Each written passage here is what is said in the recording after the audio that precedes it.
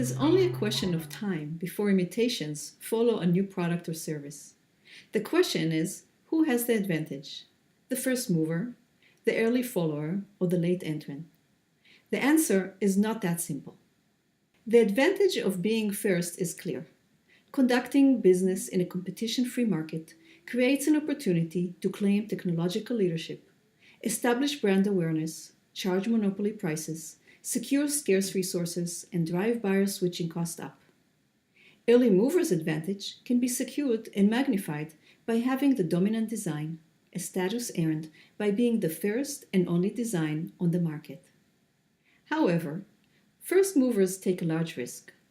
Studies show that about half of first movers fail, and on average, surviving pioneers hold only 10% market share of the product category they created, much lower than the market share held by early followers. There are few recognized disadvantages for being first. Research and development costs are high, simply because too many components do not exist and must be developed. A sales channel must be established, and it may require training of salesforce, system integration with distributors, and building or tuning a logistic infrastructure. It may also require finding new suppliers or some changes to the relationships and working protocols with current suppliers.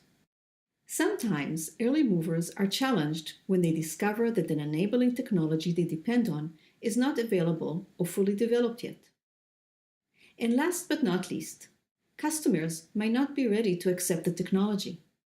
Early movers assume they understand the value of their product, the problem it solves, and customers' needs, an assumption that is not always correct. Christopher Scholl's first mover advantage protected his QWERTY keyboard design because the switching cost was too high. People who trained on how to type on the QWERTY keyboard were not willing to relearn how to type again, and the network's externality effect made his design the dominant one. On the other hand, Google was not the first search engine on the market and followed other companies such as Alta Vista, Lycos, and Yahoo. And Facebook followed other social networks such as Friendster and MySpace. While both companies were not the first movers, they were able to offer customers a better value and to figure out a business model that enabled them to outgrow the early movers in both number of users and revenue. Managing time to entry is not a simple task. Sometimes there is no timing option and a firm has to make a go, no-go decision, while in other situations there's an opportunity to make a timing decision. In any event, a firm should consider all the influencing factors and make an educated business decision, whether to move fast and capitalize on early mover advantage, or to wait and let someone else suffer the pain of introducing a new product to an uncharted territory and follow them when the market is established, the technology is proven, and customers' preferences are known. Time to enter the market is just one of many business decisions that need to be made. A good product, viable business model, and a solid marketing plan are as important as timing.